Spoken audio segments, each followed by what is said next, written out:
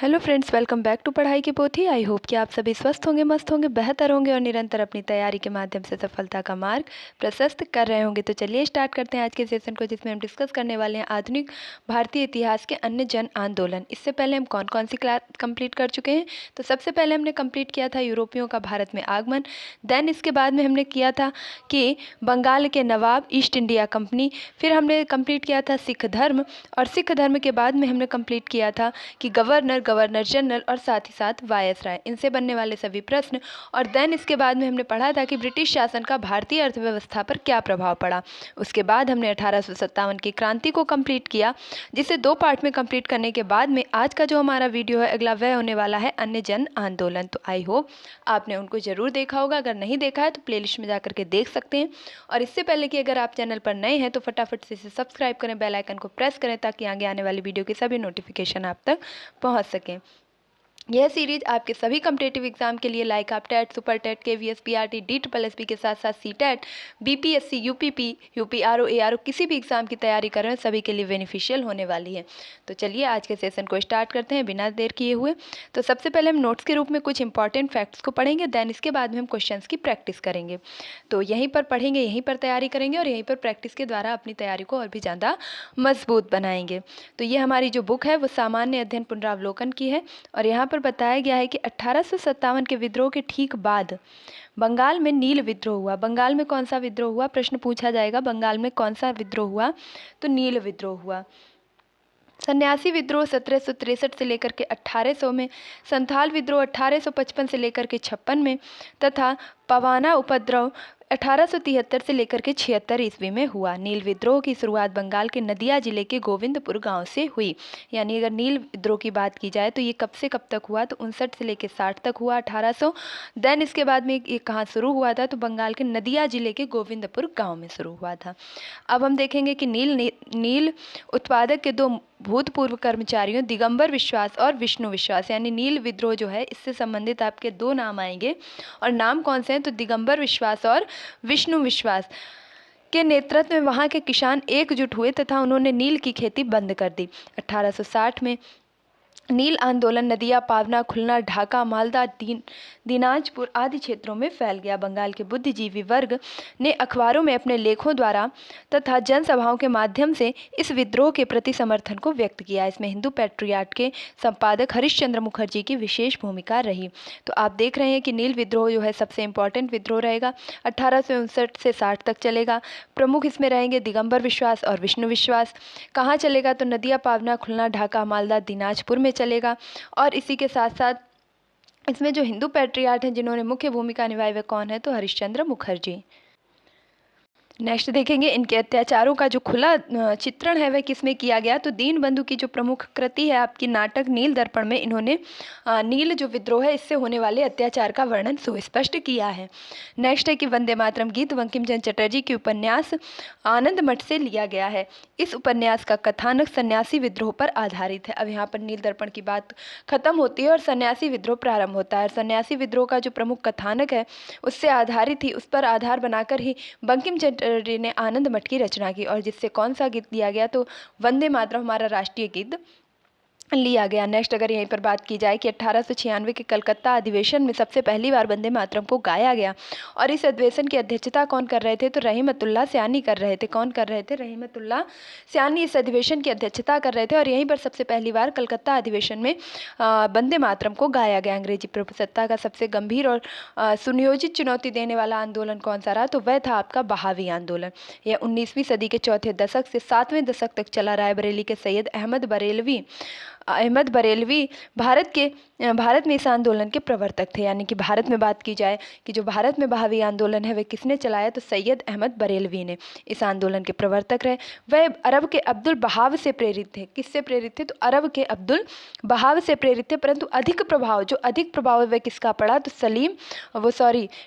शाह वली उल्लाह का। सबसे अधिक प्रभाव उनके ऊपर जो पड़ा बहावी आंदोलन के लिए वह शाह वली उल्लाह का पड़ा, जो कि दिल्ली के थे। एक संत थे।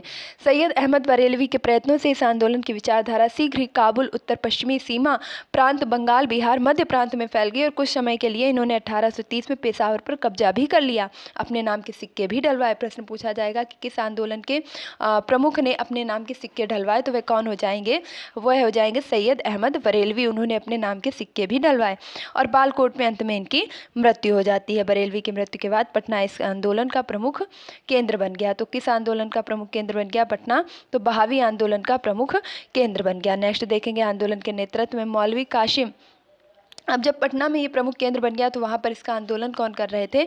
तो मौलवी कासिम, विलायत अली, इनायत अली, अहमदुल्ला। ये नाम आप याद रखेंगे क्योंकि बीपीएससी का जो एग्जाम होता है उसमें यही पूछा जाता है कि इनमें से कौन सा नहीं है या ये सभी हैं। तो वहाँ पर ये तीनों ही नाम आपके लिए इंपॉर्टेंट रहेंगे। तो कौन कौन थे? मौलवी कासिम, विलायत अली, इनायत अली, अहमदुल्ला। इन्होंने इसका नेतृत्व पटना में किया बहावी आंदोलन का।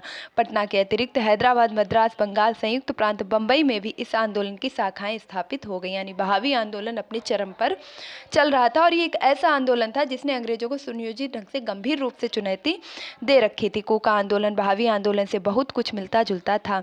वहीं क्या चल रहा था? वहीं एक तरफ कूका आंदोलन चल रहा था जो कि बहावी आंदोलन की ही तरह था। दोनों धार्मिक आंदोलन के रूप में आरंभ हुए किंतु बाद में ये राजनीतिक आंदोलन के रूप में परिवर्तित हो गए। तो शुरुआत इन्होंने इस तरीके से की। प्रश्न पूछा जाएगा कि बहावी आंदोलन, कूका आंदोलन का प्रारंभ हुआ धार्मिक कारणों से, राजनीतिक कारणों से या प्रशासनिक कारणों से? तो आपका आंसर हो जाएगा कि धार्मिक आंदोलन के रूप में ये शुरू हुए, लेकिन अंत इनका किस रूप में हुआ? तो राजनीतिक मामलों यानी कि राजनीतिक आंदोलन के रूप में ये परिवर्तित हो गए, जिनका सामान्य उद्देश्य अंग्रेजों को देश से बाहर निकालना था। पश्चिमी पंजाब में कूका आंदोलन की शुरुआत 1840 के दशक में भगत जवाहर मल्ल के द्वारा की गई थी। तो मोस्ट इंपॉर्टेंट क्वेश्चन आपका ये रहने वाला है, क्वेश्चन ये रहने वाला है कि जो आपका कूका आंदोलन है ये कब शुरू हुआ? तो 1840 के दशक में। और किसने प्रारंभ किया? तो भगत जवाहर मल्ल ने। किसने किया? भगत जवाहर मल्ल ने इसको प्रारंभ किया। और कहाँ पर किया गया था? तो पश्चिमी पंजाब में किया गया था। ये 3 क्वेश्चन याद रखेंगे।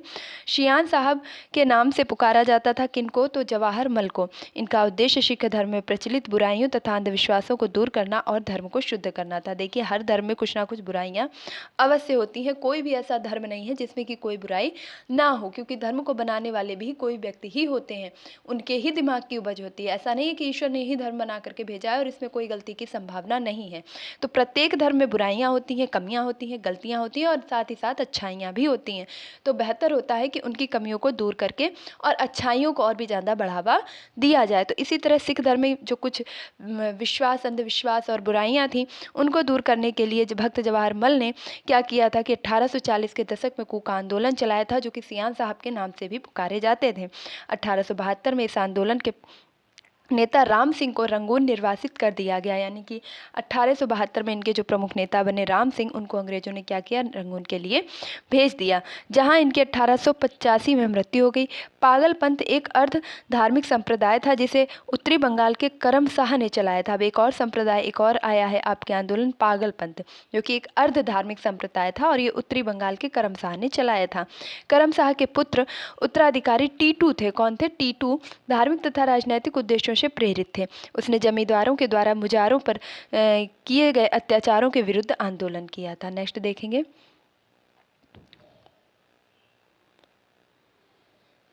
वह इतना शक्तिशाली हो गया कि स्वतंत्र सत्ता का प्रयोग करने लगा और प्रशासन को चलाने के लिए उसने एक न्यायाधीश, एक मजिस्ट्रेट और एक कलेक्टर नियुक्त किया। तो देखिए, जहाँ पर एक छोटा सा धार्मिक राजनैतिक उद्देश्य से शुरू किया गया आंदोलन था, वह आज इतना बड़ा हो गया कि उसमें प्रशासन चलाने के लिए न्यायाधीश, मजिस्ट्रेट और कलेक्टर को नियुक्त किया गया। फराजी लोग बंगाल के फरीदपुर के हाजी शरियतुल्लाह द्वारा चलाए गए संप्रदाय के अनुयायी थे। फराजी लोग कौन थे? तो बंगाल में जो एक आंदोलन चलाए, बंगाल के जो एक फरीदपुर के हाजी शरियतुल्लाह थे, उनके द्वारा जो संप्रदाय चलाया गया, वहाँ के अनुयायी को फराजी कहते थे।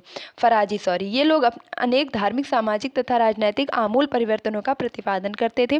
शरियतुल्लाह के पुत्र दूदू मियाँ ने बंगाल के अंग्रेजों को निकालने की योजना बनाई। यह आंदोलन 1818 से 1862 ईस्वी तक चलता रहा। अंत में इस संप्रदाय के अनुयायी बहावी दल में सम्मिलित हो गए। वही बहावी दल जिसका पटना में जो है मुख्य केंद्र बनेगा। और बरेलवी जो है वह उनके प्रमुख नेता रहे थे जिन्होंने ये प्रारंभ किया था। तो उसी का ये क्या होगा, उसी के अंदर ये समाहित हो जाएगा। नेक्स्ट देखेंगे 1805 में वेलेजली ने त्रावणकोर आज का केरल बोल सकते हैं, जिसे कि महाराज को सहायक संधि करने पर विवश कर दिया। तो यहाँ पर आप ये भी याद रखेंगे कि 1898 में थोड़ा सा इतर होगा प्रश्न, लेकिन जरूर याद रखिएगा, कई बार बन सकता है आपके सामने। तो 1898 में सबसे पहले सहायक संधि के द्वारा किसका विलय किया गया, तो हैदराबाद का। इस चीज़ को आप जरूर याद रखें, ये प्रश्न कई बार पूछा जा चुका है। और वेलेजली ने देन इसके बाद में क्या किया कि त्रावणकोर के महाराज को भी सहायक संधि करने के लिए विवश कर दिया। सहायक संबंधी कर देने में आनाकानी की गई और अंग्रेज रेजिमेंट का व्यवहार भी बहुत धृष्टापूर्व था, जिसके फलस्वरूप दीवान वेलुथम्पी ने विद्रोह किया, जिसमें नायर बटालियन ने उनका समर्थन दिया। प्रारंभिक भारतीय क्रांतिकारियों में अग्रणी वासुदेव बलवंत फड़के ने बम्बई प्रेसिडेंसी के रामोशी जनजाति के लोगों को संगठित करके उनके प्रशिक्षित लड़ाकू बल में परिवर्तित कर दिया और रामोशी कृषक जत्था की स्थापना की।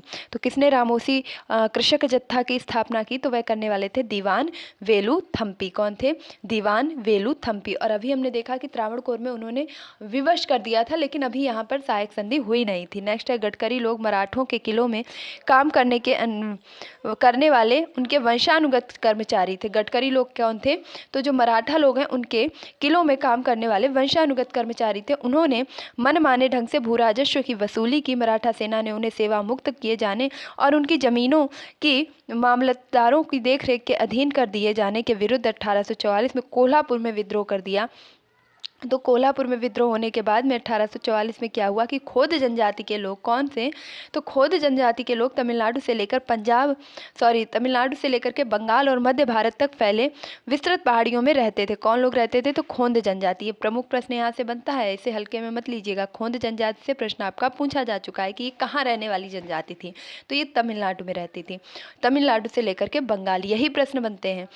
पहले विस्तृत पहाड़ी क्षेत्रों में रहती थी। प्रश्न पूछा जाएगा कि खोंद जनजाति कहाँ निवास करती थी, तमिलनाडु के मैदानी क्षेत्रों में, केरल के पहाड़ी क्षेत्र मैदानी क्षेत्रों में, या ऐसे आपके विभिन्न ऑप्शन दे दिए जाएंगे। तो कहाँ निवास करती थी, तमिलनाडु के पहाड़ी क्षेत्रों में निवास करती थी। इन्होंने 1817 से 1856 ईस्वी तक अंग्रेजों के विरुद्ध विद्रोह किया। किसने किया, तो खोंद जनजाति ने। इस आंदोलन का प्रमुख नेता युवा राजा के नाम पर चक्रविशोई ने किया।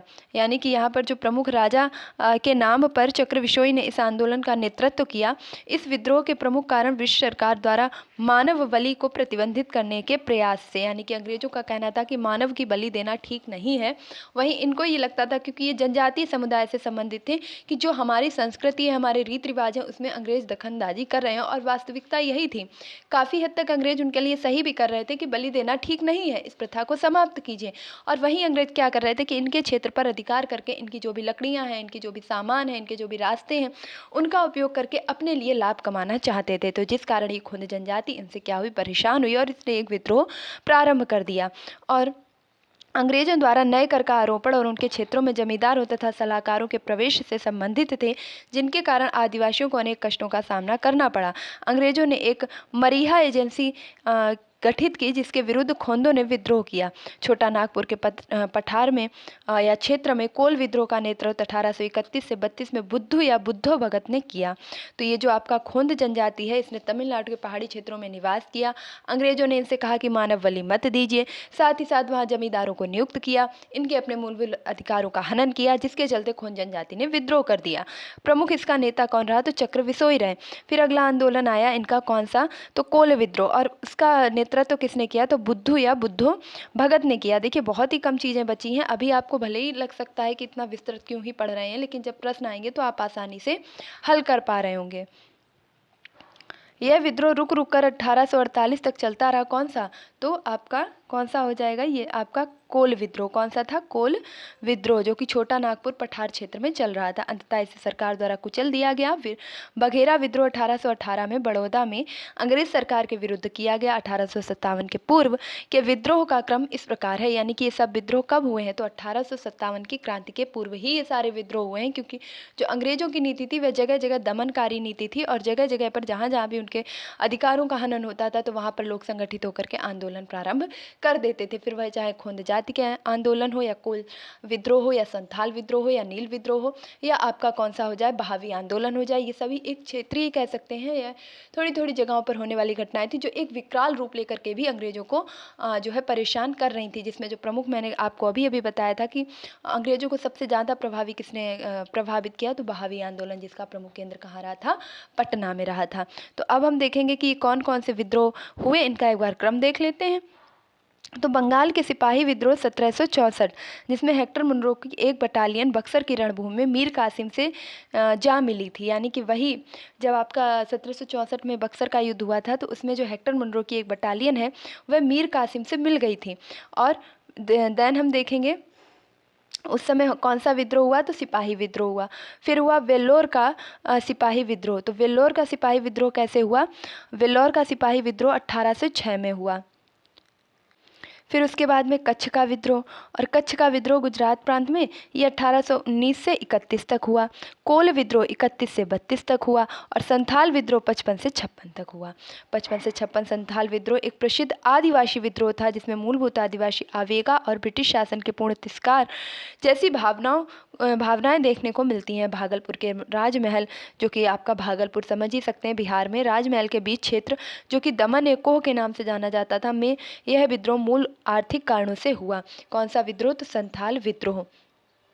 साहूकार औपनिवेशिक प्रशासन दोनों ही उनका शोषण कर रहे थे। दिकुओं यानी कि बाहरी लोगों एवं व्यापारियों ने संथालों द्वारा लिए गए ऋणों पर 50 से लेकर के 500% ब्याज वसूल किया। सोच के देखिए, 50 से लेकर के 500% तक जो है इनसे ब्याज वसूल किया गया। इस विद्रोह के नेता सीदो कान्हो और चांद कौन रहे थे, सीदो कान्हू और चांद। कौन सा विद्रोह है, तो संथाल विद्रोह। बिल्कुल भी मत भूलिएगा, क्योंकि ये वो विद्रोह हैं जिनसे हर बार प्रश्न पूछे ही जाते हैं।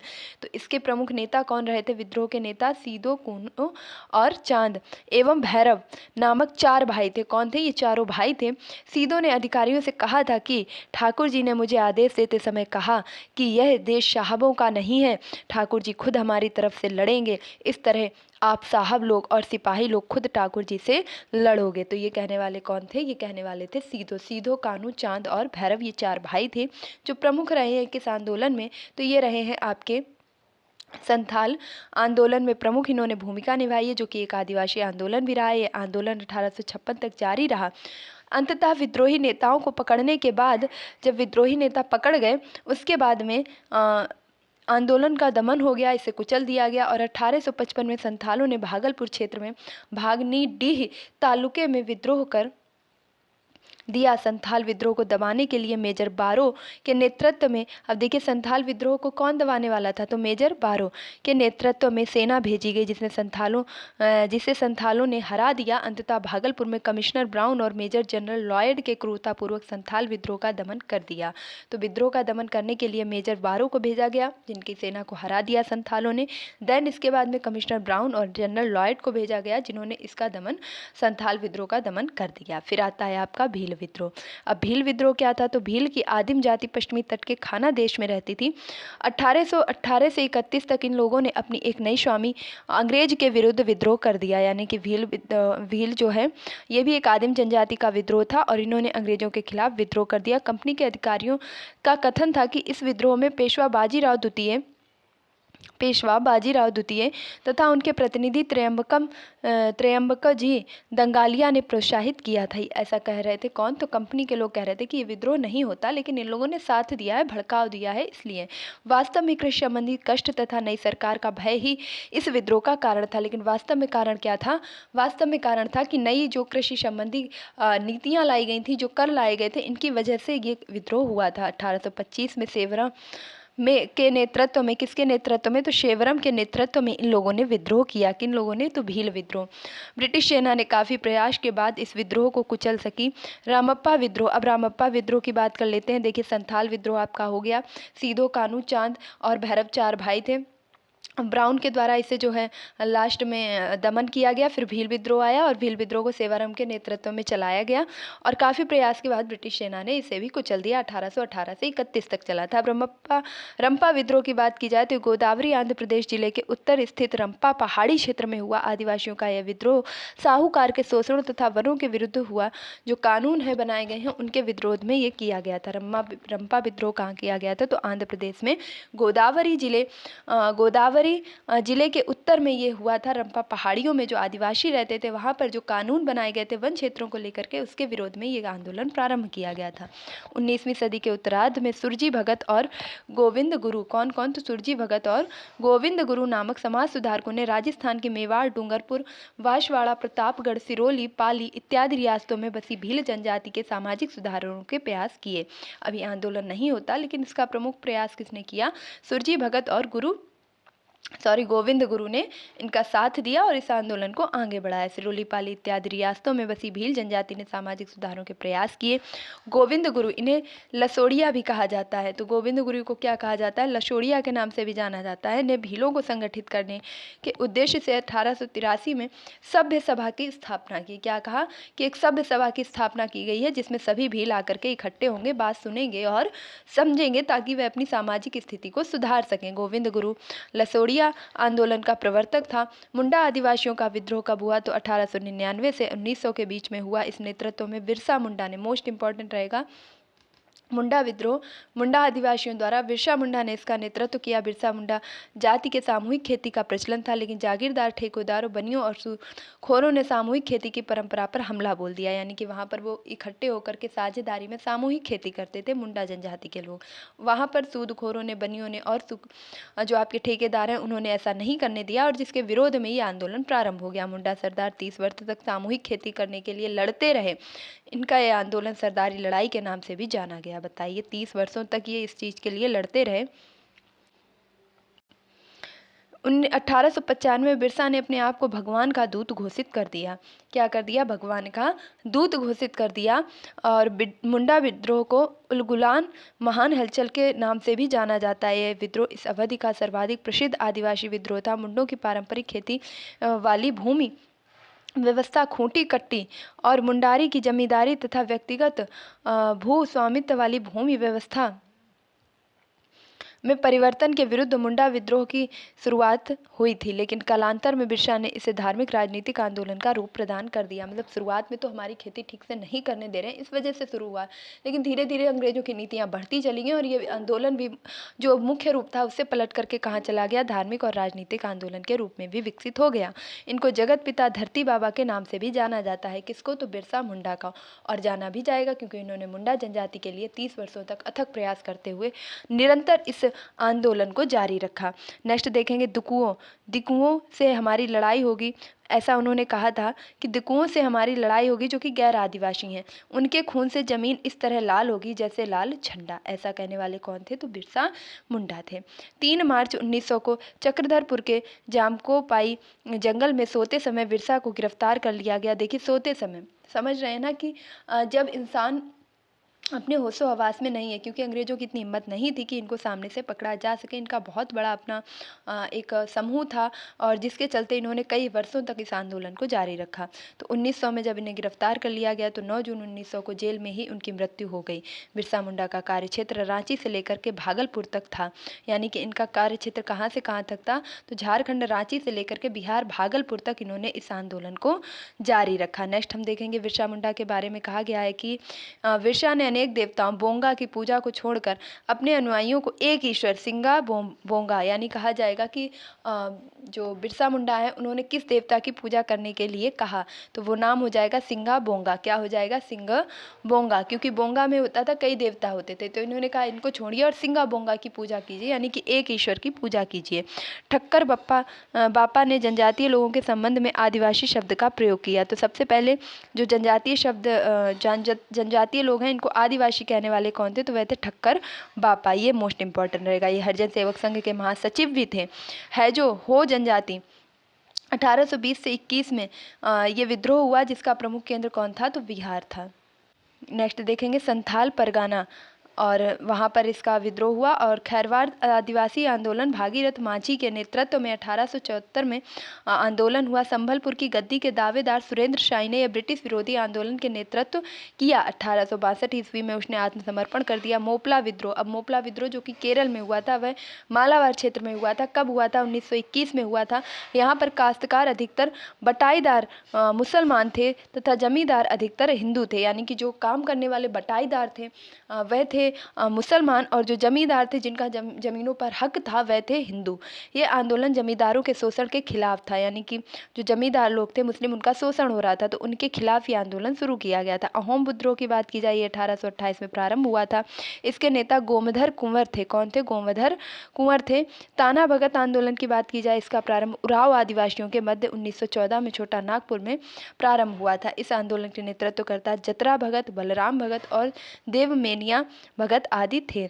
नेक्स्ट बात करते हैं गांधी जी की। तो महात्मा गांधी और उनकी विचारधारा से प्रभावित होने वाले पहले जनजातीय नेता जदो नांग कौन थे? पहले जो नेता थे जनजातीय नेता जदो नांग, यानी कि जिन्हें जोड़ा नांगा के नाम से भी जाना जाता है। वे मणिपुर के नागा जनजाति के अग्रणी स्वतंत्रता सेनानी थे।